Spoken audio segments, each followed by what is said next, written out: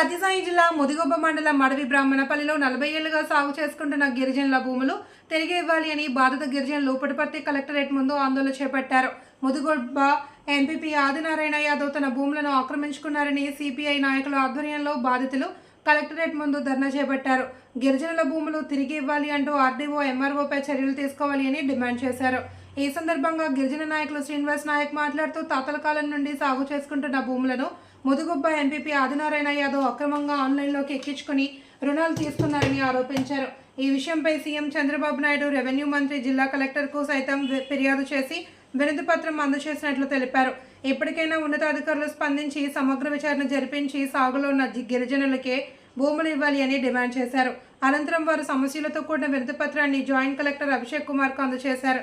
ఈ కార్యక్రమంలో కృష్ణా నాయక్, రవీంద్ర నాయక్, సేవే నాయక్, రమణ నాయక్, సిబిఐ కదిరప్ప, రవిబాబు, వెంకటేష్, మధు నాయక్, బాధిత రైతులు బాలు నాయక్, లోకేష్ తదితరులు పాల్గొన్నారు.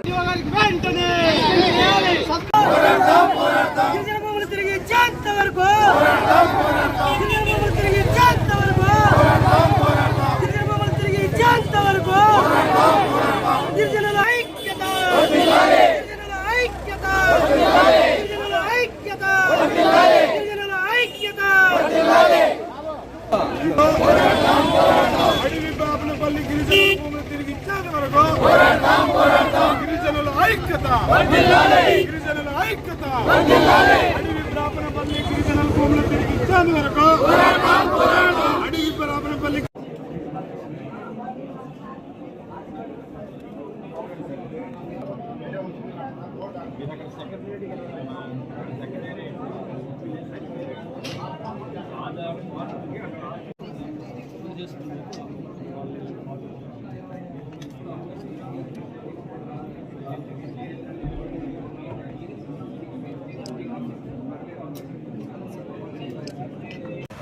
ముదిగుబ్బ మండలం అడవి బ్రాహ్మణపల్లికి సంబంధించిన మా గిరిజన కుటుంబాలు దాదాపుగా 100 ఎకరాల పైన భూములను కోల్పోవడం జరిగింది. 100 సంవత్సరాల నుంచి సాగు చేసుకున్నటువంటి భూములను రెవెన్యూ అధికారులు పట్టాదారు పాస్ పుస్తకాలు మంజూరు చేయకుండా ఎవరైతే ఎంపీపీగా పనిచేస్తున్నారో మా ముదిగుబ్బ మండలానికి ఆదినారాయణ యాదవ్ వారి కుటుంబ సభ్యుల పేరు మీద దాదాపుగా మండలంలో అడవి బ్రాహ్మణపల్లితో పాటు గుడ్డంపల్లి తాండాలో 150 ఎకరాలకు పైగా భూములను ఆన్లైన్ నమోదు చేయడం జరిగింది.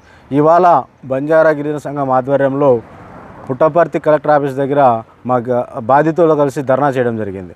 మేము గత మార్చి 3వ తేదీ నుంచి కూడా ఈ రాష్ట్రంలో ఉన్నటువంటి ముఖ్యమంత్రి నారా చంద్రబాబు నాయుడు గారికి, రెవెన్యూ శాఖ మంత్రి అనగాని సత్యప్రసాద్కి, జిల్లా కలెక్టరు టిఎస్ చేతన్ గారికి, జాయింట్ కలెక్టర్ గారికి, ఆర్డీఓ గారికి కూడా మేమన్నీ కూడా ఉన్నటువంటి ఎవిడెన్స్ ఇవ్వడం జరిగింది.